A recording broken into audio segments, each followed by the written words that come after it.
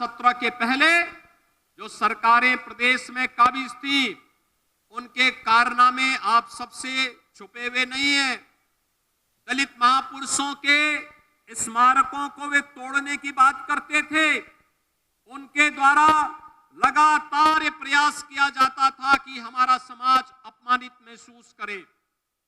उनके द्वारा अनेक इस प्रकार के कुत्सित प्रयास किए गए, लेकिन 2017 के बाद जब डबल इंजन की भारतीय जनता पार्टी सरकार उत्तर प्रदेश में आई, तो पिछली सरकारों ने जो अनुसूचित जाति जनजाति की छात्रवृत्ति को उत्तर प्रदेश में रोक दिया था, उस छात्रवृत्ति को फिर से चालू करते हुए यह सुनिश्चित किया कि अनुसूचित जाति जनजाति के हर छात्र को समय से छात्रवृत्ति मिले।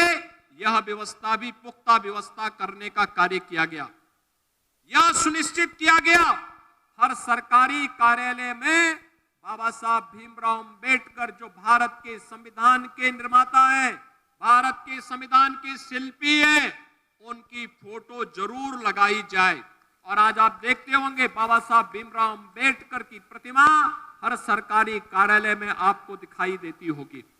आपने देखा होगा कि बाबा साहब भीमराव अंबेडकर से जुड़े हुए पंचतीर्थ, ये प्रधानमंत्री मोदी जी की प्रेरणा से ये डबल इंजन की सरकार ने, जहां जहां भाजपा की सरकारें थी, इन सब ने मिलकर के तैयार किया, बनाया।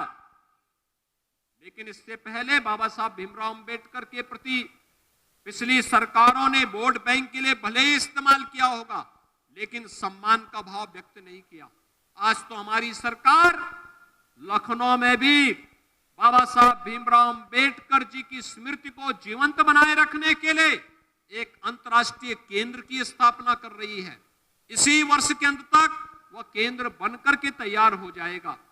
हमारी सरकार ने, डबल इंजन की सरकार का प्रयास है कि लालापुर, जो महर्षि वाल्मीकि जी से जुड़ा हुआ पवित्र स्थल है, उसके पुनरुद्धार का कार्य वहां पे डबल इंजन की सरकार कर रही है।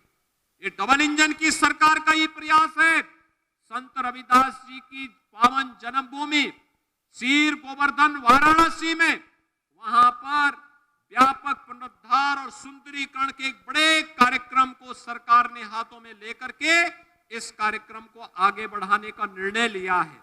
भाइयों बहनों, डबल इंजन की सरकार हर हाल में सम्मान और सुरक्षा प्रदान करने को तैयार है, पूरी प्रतिबद्धता के साथ कार्य कर रही है।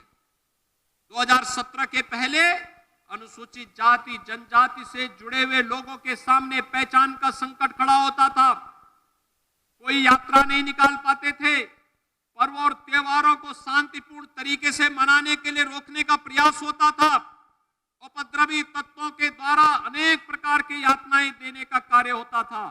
लेकिन आज डबल इंजन की सरकार ने सुरक्षा की पुख्ता व्यवस्था की है। आज सबका साथ और सबके विकास के साथ साथ सबको सुरक्षा का आश्वासन भी सरकार के स्तर पर मजबूती के साथ लागू हुआ है।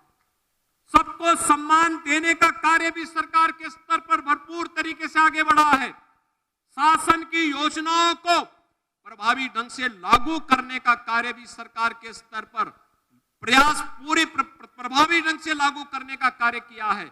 और इसमें तकनीक का उपयोग करते हुए, चाहे वह भ्रष्टाचार मुक्त व्यवस्था के लिए डीबीटी के माध्यम से धनराशि को लाभार्थी के खाते तक पहुंचाने का कार्य हो, या फिर राशन की व्यवस्था को भी ई पॉस मशीन के माध्यम से और लाभार्थी तक देने का कार्य या प्रभावी ढंग से लागू होता हुआ दिखाई दे रहा है। भाइयों बहनों, एक समरस समाज की स्थापना का सपना बाबा साहब भीमराव अंबेडकर ने देखा था। आज प्रधानमंत्री मोदी जी के नेतृत्व में डबल इंजन की सरकार पूरे देश के अंदर इस सपने को साकार कर रही है। एक भारत श्रेष्ठ भारत की परिकल्पना उसी की साक्षात अनुभूति है।